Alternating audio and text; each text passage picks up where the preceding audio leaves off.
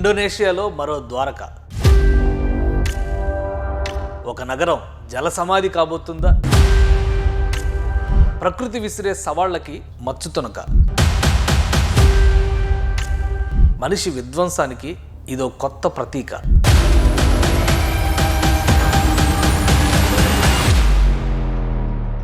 ప్రపంచ దేశాలని సమస్యలు వెంటాడుతున్నాయా? ఓ పక్క యుద్ధాలు, మరో పక్క మాంద్యం, భయాలు. రోజు రోజుకి వృద్ధి చెందుతున్న టెక్నాలజీ, దానికి సరికొత్త సవాళ్లు విసురుతున్న ప్రకృతి. ఇండోనేషియాకి అలాంటి కొత్త సమస్య వచ్చి పడింది. రాజధాని జకార్తా నీటి పాలు కాబోతోంది. ఎస్, మీరు విన్నది 100% నిజం.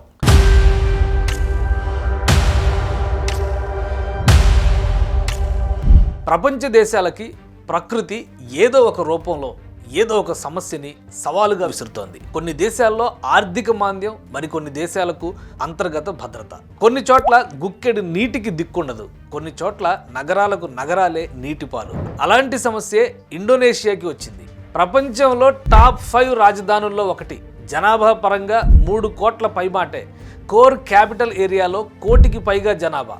రోజుకి 2 కోట్ల వాహనాలు రోడ్లపైకి వస్తాయి. ఈ అంకెలు చూస్తేనే ఇండోనేషియా రాజధాని జకార్తా విశ్వరూపాన్ని మన కళ్ళ ముందు ఊహించుకోవచ్చు. ఇప్పుడు జకార్తా ప్రజలకు కొత్త సమస్య వచ్చి పడింది.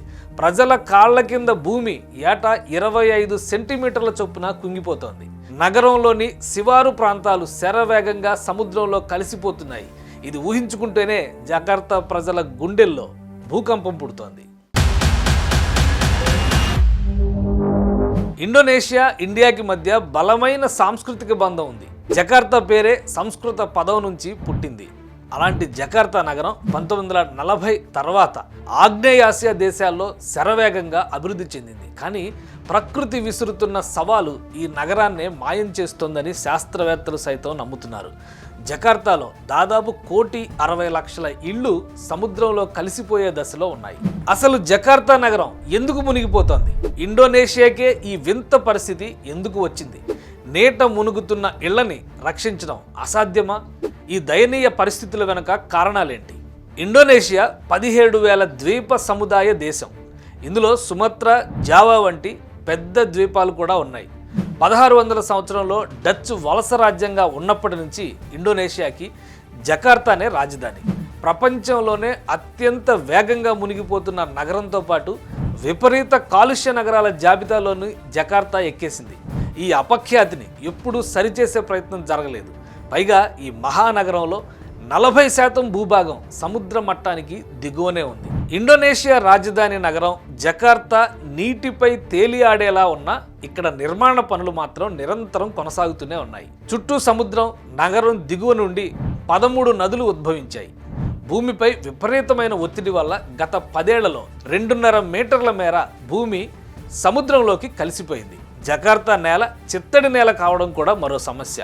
సముద్ర తీరాల్లో పర్యావరణ సమతుల్యం కాపాడేందుకు చిత్తడి నేలల్ని పరిరక్షించాలనే అంతర్జాతీయ ఒప్పందాలున్న ఇండోనేషియా పాలకులు పట్టించుకోలేదు.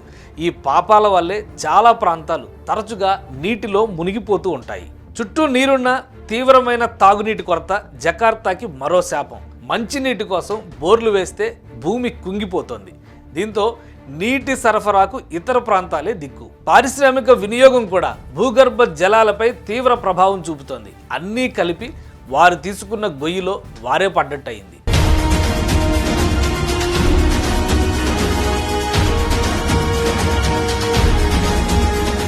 హ్యారీ ఆండ్రిస్ 20 ఏళ్లుగా జకార్తా భూమిలో మార్పుపై అధ్యయనం చేస్తున్న శాస్త్రవేత్త. ఇండోనేషియాలోని ప్రతిష్టాత్మక బాండుంగ్ ఇన్స్టిట్యూట్ ఆఫ్ టెక్నాలజీలో పనిచేస్తున్న హ్యారీ ఆండ్రిస్ 2050 నాటికి జకార్తా దాదాపు కనుమరుగుతుందని తేల్చేశారు.